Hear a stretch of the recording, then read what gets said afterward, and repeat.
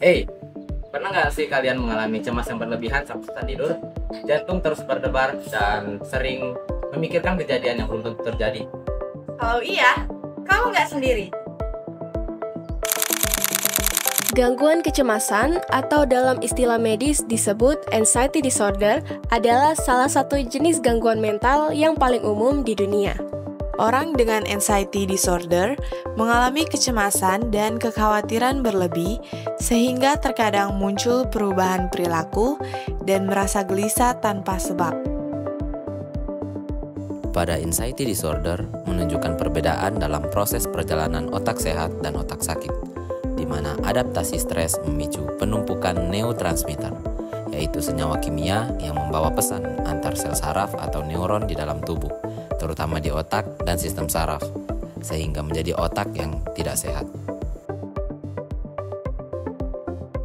Dilansir dari WHO atau World Health Organization tahun 2019 menunjukkan bahwa lebih dari 301 juta orang di dunia mengalami gangguan kecemasan.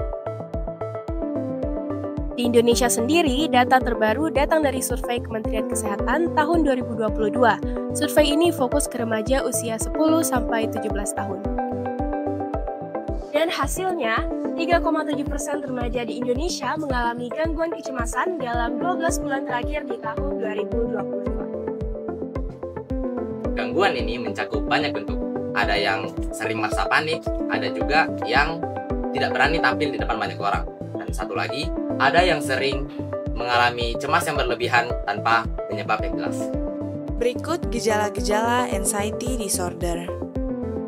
Jantung sering berdebar tanpa alasan, susah tidur karena terlalu banyak berpikir, perasaan takut yang terus muncul, sulit berkonsentrasi, takut melakukan hal-hal yang dulu biasa saja, badan gampang capek dan juga tegang, bahkan sampai menarik diri dari orang lain. Jika sudah ada tanda-tanda ini, mungkin itu sudah lebih dari cemas biasa saja. Eits, tapi jangan self-diagnose dulu ya. Segera konsultasikan dengan dokter atau psikolog untuk mendapatkan diagnosis dan penanganan yang tepat. Selain itu, dengan menerapkan pola hidup sehat seperti berhenti merokok, berhenti mengonsumsi kafein, istirahat yang cukup, aktif berolahraga, serta meditasi juga dapat membantu meringankan gangguan kecemasan. Namun, jika sudah mengganggu aktivitas sehari-hari, maka pengobatan wajib dilakukan di bawah pengawasan profesional kesehatan. Ingat, gangguan kecemasan bukanlah kelemahan, Bukan drama, Dan bukan karena kamu memiliki mental yang lemah. Itu adalah kondisi medis nyata yang bisa terjadi ke siapa saja dan bisa pulih kalau ditangani dengan tepat. Jangan tunggu parah. yuk sadar dan peduli akan kesehatan mental. mulai dari sekarang.